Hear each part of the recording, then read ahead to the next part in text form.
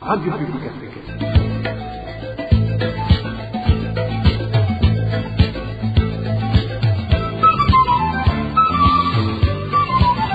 Radio Publique Africaine.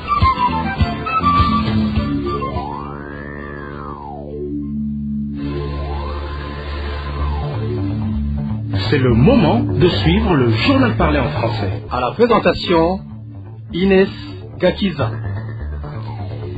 C'est un plaisir de vous retrouver. Bonsoir et bienvenue à ce journal dont voici le sommaire. Tension à Rumongue liée au litige foncier. La population pointe du doigt la Cour spéciale des terres et autres au bien de raviver ces conflits. Ravitaillement des militaires envoyés en RDC et un ravitaillement fait d'une manière qui inquiète les militaires, comme vous l'entendrez dans ce journal. Et enfin, page sport, la Fédération d'athlétisme du Burundi qualifie d'injuste la décision de la Fédération internationale qui a suspendu l'athlète Francine Niyonsaba, jugeant son taux de testostérone supérieur à la normale. Le développement de ces titres dans quelques instants.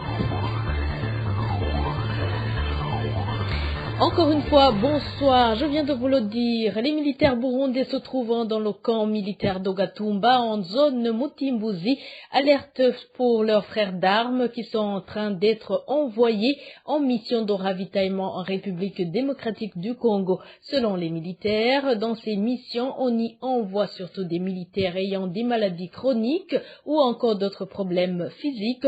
Pour ces militaires, cette pratique serait du genre à diviser l'armée. Témoignage d'un des militaires. Nos militaires qui sommes affectés au camp Gatumba, nous avons une requête à adresser au commandant des 65e et 66e bataillons ATMIS, dont les militaires sont depuis un certain temps envoyés en mission de ravitaillement en RDC. Ici à Gatumba, comme nous venons de passer des jours à accueillir ceux qui vont se rendre en RDC ou ceux qui reviennent de ce pays, c'est la toute première fois que nous voyons des militaires de retour de la Somalie envoyés directement dans une autre mission et surtout des militaires qui souffrent des maladies chroniques, des militaires handicapés au niveau de leurs jambes et aussi des militaires qui vont bientôt aller à la retraite. Pourtant, des militaires avec des aptitudes physiques considérables, il y en a, mais ils sont protégés et ne sont jamais envoyés là-bas suite au favoritisme. Comme de tels militaires ont des connaissances parmi les commandants, ils sont retirés des équipes et sont sacrifiés des infirmes qui n'ont pas de proches au sein du commandement. Nous savons que les militaires qui rentrent de la Somalie ont besoin d'un temps pour s'adapter au nouveau climat, car là-bas, il fait très chaud. Lorsqu'on vient d'un pays très chaud, on se retrouve en face d'un climat tempéré tout près de nos familles où on passe les 15 jours de congé et après direction la RDC, hormis les personnes déjà vulnérables avec une santé fragile, même les gens qui sont en forme physiquement, c'est un exercice très difficile. Alors, nous demanderions à nos commandants d'écouter d'abord les militaires avant de prendre la décision de les envoyer dans de telles missions. La force terrestre dit qu'il faut nous faire beaucoup travailler pour que l'on puisse perdre du poids. Ce sont de mauvais discours qui ne sont pas du genre à créer la cohésion dans l'armée. Il n'y a personne qui est contre cette mission, mais on aurait aimé que le commandement mette en place des éléments permanents qui se relaient pour le ravitaillement des militaires sur terrain en RDC. Si l'on doit faire de longues distances comme ça, on ne pourra pas le faire pendant une longue période. Vous savez, comme nos commandants ne savent pas combien c'est épuisant, ils ne se soucient de rien. La rédaction de la RPA a cherché à joindre Floribert Villeleke, porte-parole de l'armée burundaise, mais il nous a raccroché au nez avant même que nous ayons expliqué l'objet de notre appel.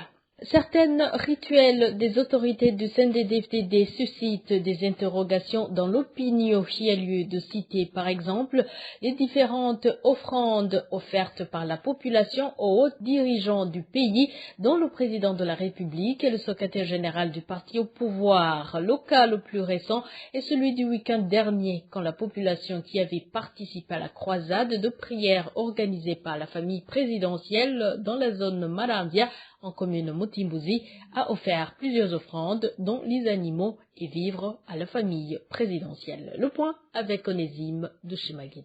Rien de pratique et rituel que les Burundais n'avaient pas l'habitude de voir sous les régimes qui ont précédé le pouvoir du CNDD-FDD. C'est le rituel des offrandes exigé à la population lorsque les hauts dignitaires du pays issus du parti au pouvoir effectuent des descentes dans différentes localités du pays.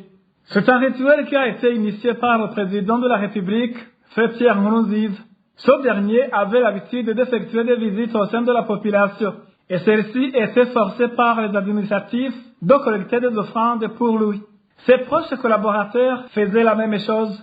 Ici, je serai l'ancien président de l'Assemblée nationale, Pascal Nyabenda. L'actuel président de la République, Evariste Ndayishimiye, ainsi que d'autres hauts dignitaires du pays, dont Révérien Dikurio, le secrétaire général du CNDD-FDD, lui ont emboîté le pas. Ces derniers, lorsqu'ils se rendent dans différentes provinces ou communes du pays, les administratifs à la base font une alerte et obligent la population de contribuer de l'argent ou de collecter du bétail ou de vivres à offrir à ces autorités.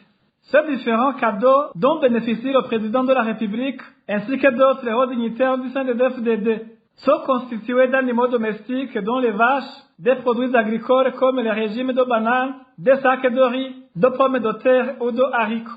Plus inquiétant dans tout cela et qui met la population dans la confusion, c'est de constater que tout bénéficiaire de ces différentes offrandes utilise un bateau qui porte des symboles du drapeau national pour toucher ou tout simplement pointer avec le bout de ce bateau sur chaque offrande. La rédaction de la RPA a essayé de s'informer auprès des membres de ce parti d'Oleg sur la signification de ce rituel, mais personne n'a pas encore pu nous donner une réponse. Ce qui sème aussi la confusion au sein de l'opinion, c'est la récente mesure interdisant le commerce de certains produits agricoles d'une province vers une autre, soi-disant pour éviter de vider les greniers si rapidement, ce qui pourrait affecter la population qui croupit dans une misère sans nom. Ici, d'aucuns se demandent pourquoi ce sont les dignitaires au sommet de l'État qui bénéficient des offrandes de la part de la population, comme ce sont eux qui sont les plus affamés au pays. D'aucuns se demandent aussi pourquoi ces hautes autorités ne s'inquiètent pas quand ils apprennent que ces offrandes sont collectées de force par les administratifs au sein de la population affamée. Beaucoup de gens s'inquiètent également d'apprendre que certains propriétaires des parcelles de la zone de Malamvia ont été forcés de contribuer de l'argent pour acheter certaines offrandes dont a bénéficié la famille du président de la République juste après la croisade de prière que cette famille a organisée dans cette localité la semaine passée. Ils se demandent également en quoi ces offrandes sont utilisées, étant donné que la famille du président ne peut pas tout consommer à elle seule et ne les a jamais octroyées dans des orphelinats ou autres centres des personnes démunies. Poursuivons ce journal avec la page sécurité. Un jeune homme de la colline Kiazi, zone Gishi, en commune Vugizo de la province Makamba, a été poignardé ce lundi par son ami. La victime a été retrouvée agonisant à l'extérieur de sa boutique. Les deux jeunes hommes auraient un conflit lié à leurs activités commerciales. Le point avec Danny Claire, il la trouve. C'était vers 17h30 de ce lundi qu'un garçon prénommé Eddie, travaillant comme vendeur dans une boutique, a été poignardé à la gorge par un certain Clovis. Ce dernier était son client qui venait souvent à la recherche des œufs. Un témoin raconte que Clovis aurait bien préparé son coup. La victime a été appelée à l'arrière de sa boutique par Clovis et lui disait qu'il voulait lui parler. Personne n'a su l'objet de leur discussion, vu qu'ils se parlaient en privé. C'est quand quelqu'un s'est rendu à l'arrière de la boutique pour se soulager qu'il a trouvé Eddie allongé par terre avec beaucoup de sang au niveau de sa gorge. Il venait d'être poignardé, mais personne ne pouvait savoir c'est lui qui l'avait fait. Des habitants de la colline Kiazi, lieu du crime, dont nous nous sommes entretenus, convergeant sur la version incriminant le prénommé Clovis. Ils indiquent que ce dernier a manifesté une mauvaise humeur avant qu'il passe à son acte. Avant cet incident, ce même Clovis s'était rendu dans un restaurant se trouvant tout près de la boutique où Eddie y travaille. Arrivé là-bas, il a demandé à un boulanger sur place de lui prêter un couteau pour quelques instants. Son boulanger a refusé, arguant que son couteau ne peut pas être utilisé à l'extérieur de son lieu de travail. Quelques instants après, le boulanger a entendu des cris des individus qui disaient qu'Eddie venait d'être égorgé. Son premier réflexe a été de regarder où il avait mis son couteau et il n'était plus à sa place. Ainsi, il a compris que c'est Clovis qui l'avait pris. La foule s'est précipitée sur le lieu du crime et certains parmi nous ont vite transporté la victime vers l'hôpital et d'autres ont poursuivi l'accusé et l'ont arrêté. Selon des sources de la zone Gishiha, des mésententes liées à leur activité commerciale seraient à l'origine de cet incident. Actuellement, la victime est à l'hôpital de Rusenyi en commune de Mabanda où il reçoit des soins tandis que l'accusé est sous les verrous. Les habitants de la colline Kiazi demandent ainsi que la justice soit faite. La rédaction de la RPA n'a pas pu joindre l'administrateur de la commune Vugizo pour recueillir sa version. Et de Makamba, rendons-nous à Rumongue. Les habitants de certaines zones de la commune Rumongue s'insurgent contre le comportement de la Cour spéciale des terres et autres biens. Selon la population, cette cour est en train de réattribuer des terres sur base des procès qui n'ont jamais existé. La population craint que ce comportement n'attise la haine et des tensions entre les voisins. Eric Nyonzima. Ce sont les habitants des zones Burukiro et Gatete en commune Rugombo qui s'insurgent contre la mise en exécution des soi-disant jugements par la Cour spéciale des terres et autres biens, car selon eux, ces jugements sont frauduleux et pleins d'injustice. Ces habitants le disent en se basant sur le fait que cette Cour spéciale est en train d'attribuer des terres aux autres personnes alors que leurs anciens propriétaires n'ont jamais saisi cette Cour et qu'il n'y a pas eu de procès. Un de ces habitants explique. La personne qui n'était pas satisfaite par le jugement rendu par la CNTB faisait recours à la Cour spéciale. Mais vous savez que la CNTB a terminé son mandat depuis un certain temps. Alors ce qui étonne les gens, c'est que cette Cour est en train de mettre en exécution des jugements en attribuant des terres. Ainsi les gens ont demandé à cette Cour comment elle peut venir attribuer des terres alors qu'ils n'ont pas fait recours à elle et que même leurs procès à la CNTB n'ont pas été clôturés. Nous voyons que ce sont des magouilles. Les habitants de la commune Rumongue indiquent que les jugements de cette Cour spéciale des terres et autres biens peuvent générer des conflits violents au sein de la population. Par exemple, il y a un vieillard nommé Vichekou qui a partagé des terres avec d'autres personnes avec l'aide de la CNTB. Cela fait 3 ans. Mais après tout ce temps, le vieillard a amené la Cour spéciale en disant que ces autres personnes à qui la CNTB avait attribué des terres devraient les quitter sans attendre. Cette Cour veut engendrer des conflits fonciers et les habitants peuvent se bagarrer. Nous n'avons pas pu joindre les responsables de cette Cour spéciale pour qu'ils puissent donner des éclaircissements sur la mise en application de ces jugements qualifiés d'injustes par la population de la commune et province Rumongue. Merci Eric Nyondi. Mais ce mardi 26 juin, un feu s'est déclaré au siège de l'usine de l'eau minérale Kinju au quartier asiatique.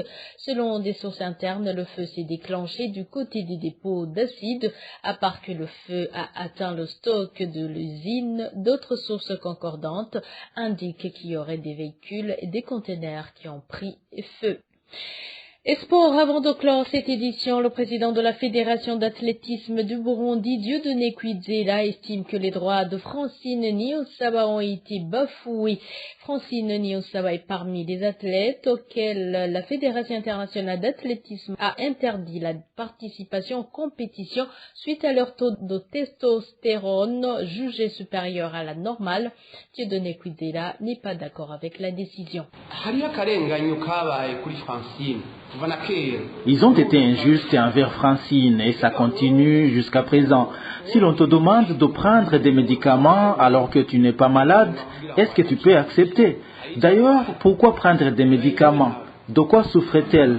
Qu'ils avalent eux-mêmes leurs médicaments. Ou si elle était en train de prendre ces médicaments, est-ce qu'elle peut vous le dire? Pourquoi vous cherchez à le savoir? C'est sa vie, c'est sa santé, c'est son affaire avec son médecin.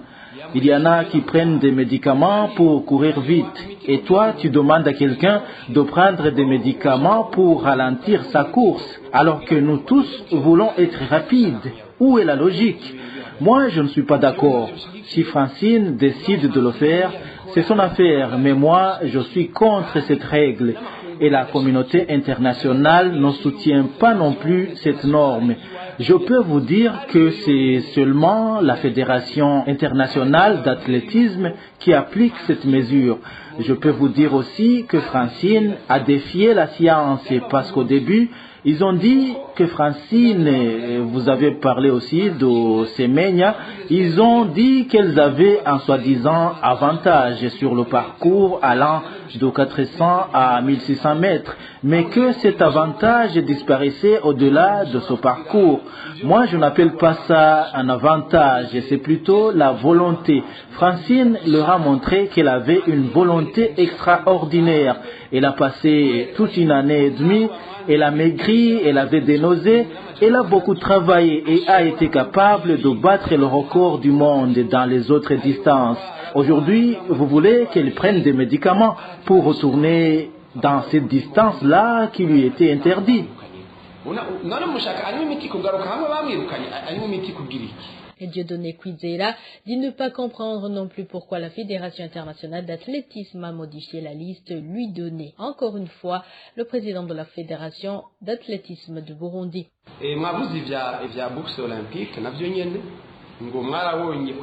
Vous avez parlé de la bourse olympique que vous avez vu là où j'ai signé.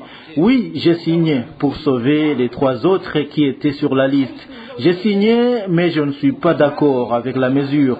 Si je n'avais pas signé, même les 3 autres allaient perdre l'opportunité. C'est pourquoi il faut qu'ils nous laissent choisir nous-mêmes nos athlètes. Nous avons un tableau que nous utilisons. Nous donnons des points aux athlètes qui parcourent 100, 200 ou 800 mètres. Le comité technique choisit ainsi ceux qui ont beaucoup de points par rapport aux autres. Nous vérifions aussi l'âge. À partir de ces critères, nous, avec les entraîneurs, hommes et femmes, nous élaborons la liste que nous leur donnons. Il ne fallait pas qu'ils nous retournent la liste ou qu'ils prennent certains et radient d'autres. C'est nous qui les connaissons. Tu peux faire de bonnes performances aujourd'hui et demain tu fais l'indiscipline ou autre chose. Ce sont nos athlètes et les athlètes de la fédération. Lors des Jeux olympiques, le comité national olympique est aussi concerné. Mais c'est nous qui lui donnons la liste. Il ne peut pas élaborer la liste lui-même. Parce que nous pouvons dire, par exemple, celui-ci, même s'il a fait de bonnes performances à Monaco ou à Paris, nous savons qu'il n'est pas en forme. Il faut privilégier un autre. C'est nous qui les suivons. Ce n'est pas le comité national olympique.